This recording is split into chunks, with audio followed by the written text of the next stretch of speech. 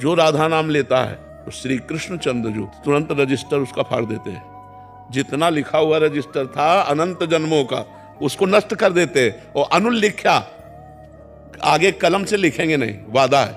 तो समस्त संतों के दर्शन का, समस्त शास्त्रों के स्वाध्याय का, समस्त तीर्थों के अवगाहन का एक ही फल है, भगवत स्मृति।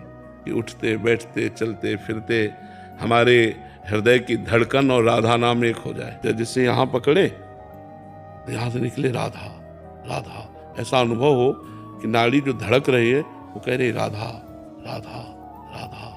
रोम रोम जब रग रग बोले तब कर स्वाद नाम को पावे। हर नस नाड़ी हड्डी तक में चोखा मेला जी की हड्डी बोलती थी विठ्ठल विठ्ठल विठ्ठल। तुकाराम जी जहाँ चरण रख देते तो भूमि बोलती थी विठ्ठल विठ्ठल विठ्ठल। जनाबाई ने जो कंडा था पे कंडा बोलते थे विठ्ठल। देखो नाम जापक जिसे छू ले वो बोलने लगे राधा राधा कृष्ण कृष्ण हरि हरि। तो जीवन का उद्देश्य हमारा स्मरण होना चाहिए, हर समय भगवत स्मरण। इसलिए एकांत में बैठकर रो और प्रियाजू को रिझाओ और उनसे मांगो कि आपके चरण मिल जाए। बहुत झूठे खेलों में अभी राजी रहे, अब तो लाडली कृपा कर दो, पता नहीं कब जीवन की शाम हो जाए और आप ना मिली तो घाटे में हो गए। और ये घाटा कभी पूर्ण नहीं होगा।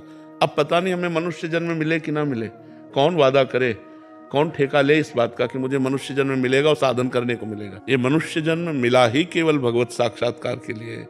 अगर भगवत स्मृति विहीन जीवन है तो उसका कोई महत्व नहीं है। चाहे जो कुछ यहाँ धार्मिक कृत्य कर लो उसका पुण्य होगा, और पुण्य छीणे मृत्यु लोके विसंति। फायदा क्या हुआ, एक नवीन स्वप्न बन गया, बस स्वप्न ही है स्वर्ग आदि सुखों को भोग। तो हम स्वाप्निक सुखों में नहीं, उमा कहो में अनुभव अपना, सत हरि भजन जगत सब ये सब स्वाप्निक है। यहाँ सो सब धर्म कर्म जर जाऊ, जहां न राम पद पंकज भाऊ।